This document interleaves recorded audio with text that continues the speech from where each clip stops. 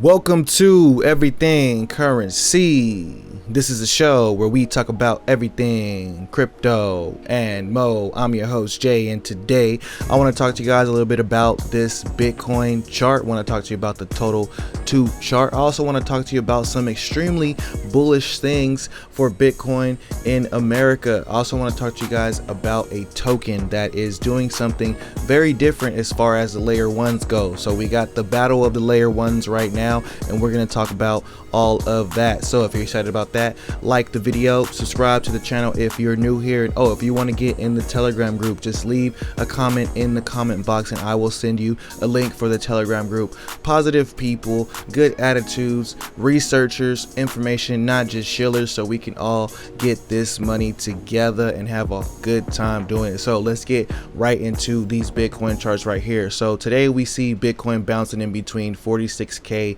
and 48k. Here's the chart of that on the weekly. So before I say anything, the cross is still looking good, Let's go into the lower time frames right here. So this is exactly pretty much what I wanted to see on this chart right here. I'll explain why I have these white lines in here in a second, but basically what I wanted to see was this bearish MACD cross on the Bitcoin daily, bringing the MACD down so we can have some time to cool off, so we can do a nice big trick off of this half pipe. So if you don't know what my whole half pipe analogy is, when you go off a half pipe, you go like this, you do one trick, and then you come back down, and then you do the big trick. And that's pretty much what these cryptocurrencies do when they pump. So that's what we want to see. I want to see this thing cool off on the weekly, on the daily, because on the weekly it's looking like we're getting ready to do a very big trick. And that very big trick is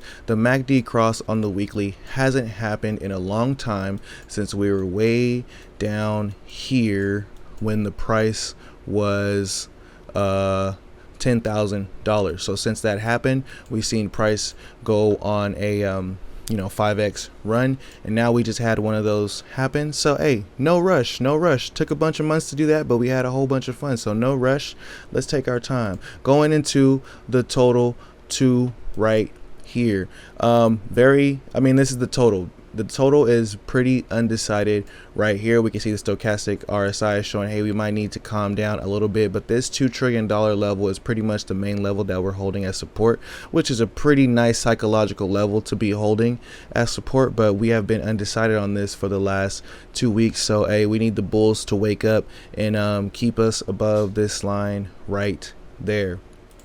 On the total 2, pretty much looks like the Bitcoin chart. It looks like it's just probably a little bit ahead of the Bitcoin chart, which is still rising, but this is rising against Bitcoin dominance has been going down, so that's pretty interesting to see. This whole market, everybody's saying end of the year.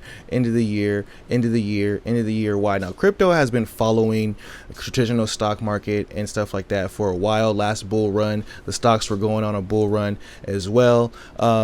So we see that correction in global stocks likely to happen from this Yahoo article right here, saying that, hey, these fund managers are saying, hey, we might start pulling out some of our allocations and blah blah blah blah blah blah. So hey, just giving us an indication that, hey, maybe the end of the year end for this run might be something that actually happens. So also I wanted to talk to you guys about this article right here. The United States will become the next turf for Bitcoin miners. Genesis Digital acquires 20k Bitcoin miners. Now, what's dope about this whole situation about the US acquiring these 20,000 miners is that they have options to purchase 180,000 additional mining machines. So they're looking at becoming a powerhouse for Bitcoin mining. Now, all of that mining leaving China, turns out that it was a good thing for the rest of the world. It was a good thing for Bitcoin in the United States. Hey, that's what we want to see. We want to see this hash rate become more decentralized and be spread out more across the world, places like that. In the United States, we have places that are coming up with incentives. They're buying miners, they're setting away land, they are setting this stuff up. I say that to say this: the overall fundamental side for the long-term success of cryptocurrencies and Bitcoin is just looking pretty good. This is not financial advice. What you do with your funds is your responsibility. In cryptocurrencies, it's high risk, high reward. And I say high risk very strongly. There are risk, and the price is very volatile.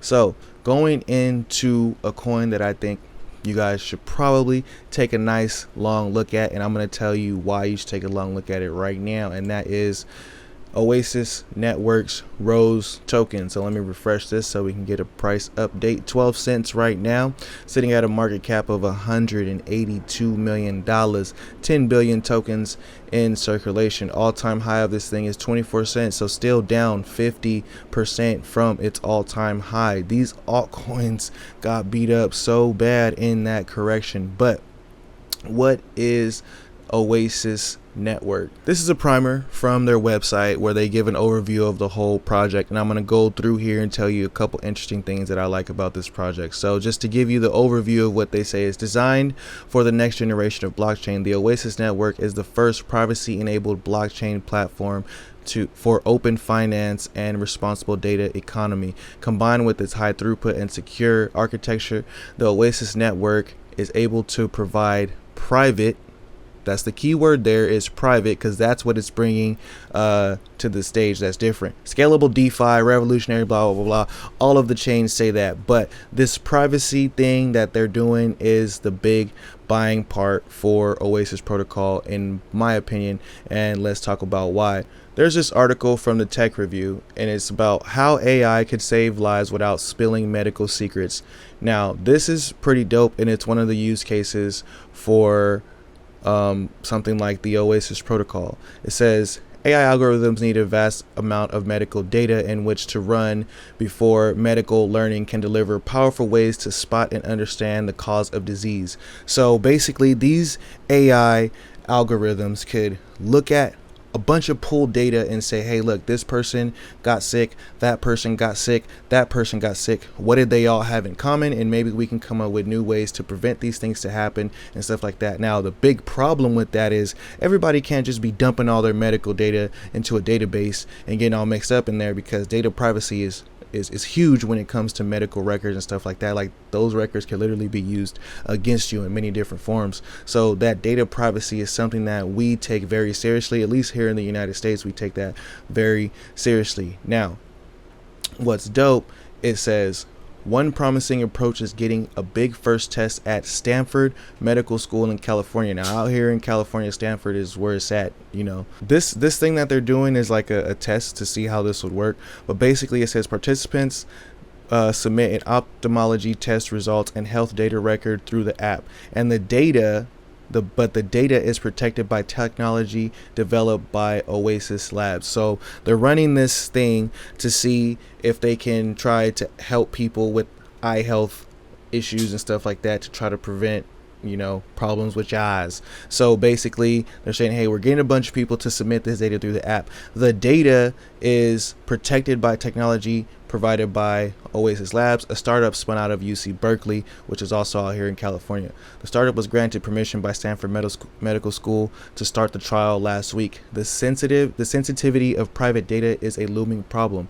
AI algorithms trained on data from different hospitals could potentially diagnose illness, prevent disease, and could save lives. But in many countries, medical records cannot be easily shared or fed to these algorithms for legal reasons. So what this is allowing us to put this data on the Oasis cloud, where it's still secure and these algorithms can still use the data. That is just huge. Another use case for something like this, if you don't think that, hey, medical data is something that Oasis could help, would be real estate. So save money, get the mortgage you want. This applies the same type of rule concepts, because you have data there that people don't want to share. For example, how much they're paying for their mortgages. Now, if the property rates in a certain neighborhood go up and down, when you're buying a house, you want to know that information, but nobody wants to tell you all their information, like how much they're paying, how much their taxes are, and stuff like that. Now we have something like SafeRate.com, where you can basically get a nice estimate of the property values of the properties that you're around. So it's Right here, you got the founder, Dylan Hall. He says, I'm the co-founder and CEO of SafeRate. Previously served as CTO of blah, blah, blah, blah. He was doing all that stuff right here.